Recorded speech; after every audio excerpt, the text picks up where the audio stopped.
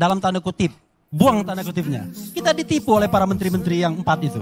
Dia seolah-olah everything is okay. Tapi setelah kita kulik-kulik, waduh, lo Menteri Keuangan mengatakan itu bukan untuk bansos. Tetapi lini masa, berita-berita yang kami sertakan sebagai bukti juga dan di dalam kesimpulan, Erlangga Hartarto mengatakan itu untuk bansos. Satu, pada masa pemerintahan Jokowi ini tidak lazim lagi yang namanya APBNP. Anggaran Pendapatan dan Belanja Negara Perubahan. Bikin aja dia perpres untuk mengubah nomenklatur di APBN dan DPR-nya diam saja. Lalu 3 bulan pencairannya pada bulan Februari. Keren kan? Biasanya orang itu kalau rapel itu di awal atau di akhir kan? Ini di tengah. Menjelang sebelum pencoblosan. Madu, salah satu obat paling mujarab, insya Allah. Sedia madu ternak dan madu hutan. Dihasilkan oleh lebah dari nektar bunga asli, bukan dari gula yang dimakan lebah. Proses higienis, kemasan praktis dan elegan. Garansi 1 juta rupiah jika terbukti madu kami tidak asli. Terbaik, madu kelanceng, dari lebah spesial. Hubungi. Apalagi dalil kita yang terbukti. Soal bansos misalnya. Dalam tanda kutip, buang tanda kutipnya. Kita ditipu oleh para menteri-menteri yang 4 itu. Dia seolah-olah everything is okay.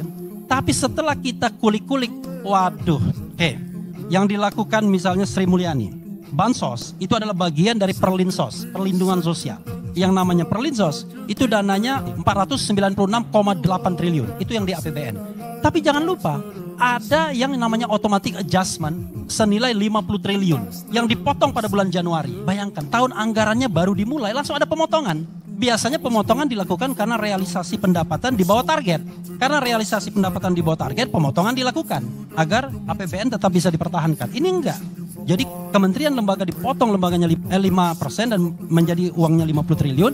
Lalu Menteri Keuangan mengatakan itu bukan untuk bansos. Tetapi lini masa, berita-berita yang kami sertakan sebagai bukti juga dan di dalam kesimpulan, Erlangga Hartarto mengatakan itu untuk bansos. Satu, ya. Yang kedua adalah di mana pelanggaran hukumnya? APBN 2024 itu disahkan pada bulan September 2023. Tetapi kebijakan untuk perpanjangan bansos El Nino itu dicapai pada bulan November 2023. Dan itu tidak tanggung-tanggung. Bansos El Nino itu diperpanjang Desember hingga Juni. Kenapa Juni? Ada putaran kedua. Saya ngomong apa adanya. Makanya kemudian dipatok Juni 6 bulan tersebut. Itu tidak sesuai dengan APBN dan menurut Antoni Budiawan misalnya itu melanggar tidak hanya hukum tapi juga konstitusi.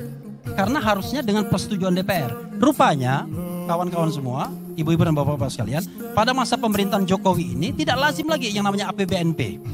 Anggaran Pendapatan dan Belanja Negara Perubahan.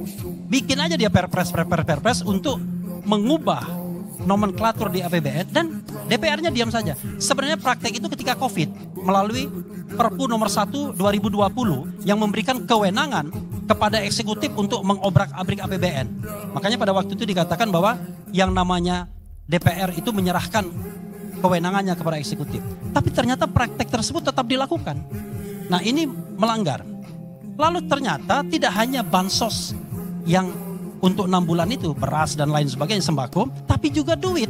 Jadi ada BLT El Nino juga. BLT El Nino itu suruh dicairkan 200.000 per bulan, lalu 3 bulan pencairannya pada bulan Februari.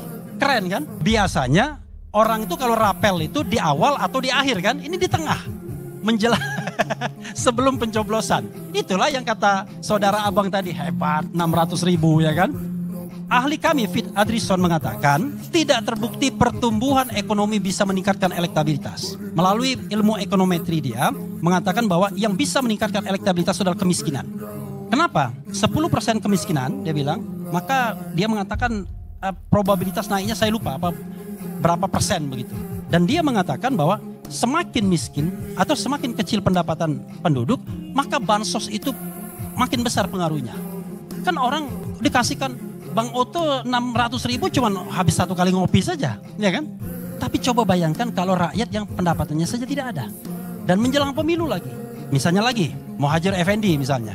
Nggak ada perintah macam-macam dari Presiden Jokowi. Iya, tetapi dari video yang kita sertakan, dia bilang lebih baik 1 putaran aja, biar duitnya hemat dan lain sebagainya. Ya memang bukan duit Jokowi, tapi kan kalau nggak ada tanda tangan dia begini-begini dan lain sebagainya. Itu kita sertakan juga.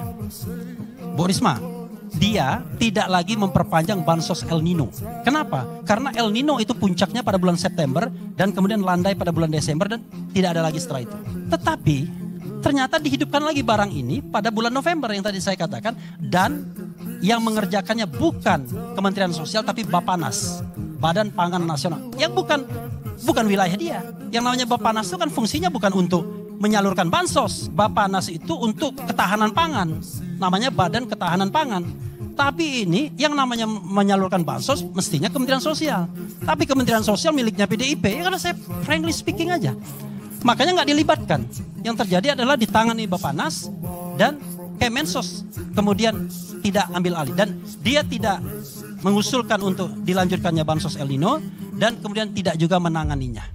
Itu yang terjadi. Jadi banyak hal yang sebenarnya terbukti asal kita mau kuliti satu-satu. Tapi kalau kita misalnya membacanya general saja, memang sepertinya nggak ada yang terbukti. Tapi begitu kita lihat, wah ini kan kubu 02 senang sekali itu dengan apa yang dikatakan para menteri itu, seolah-olah everything is okay kan. Ini business as usual, sesuai dengan peraturan perundang-undangan. Kita buktikan itu melanggar undang-undang. Kita buktikan bahwa itu ada kaitannya dengan timingnya, ada kaitannya dengan pemilu dan lain sebagainya. Nah,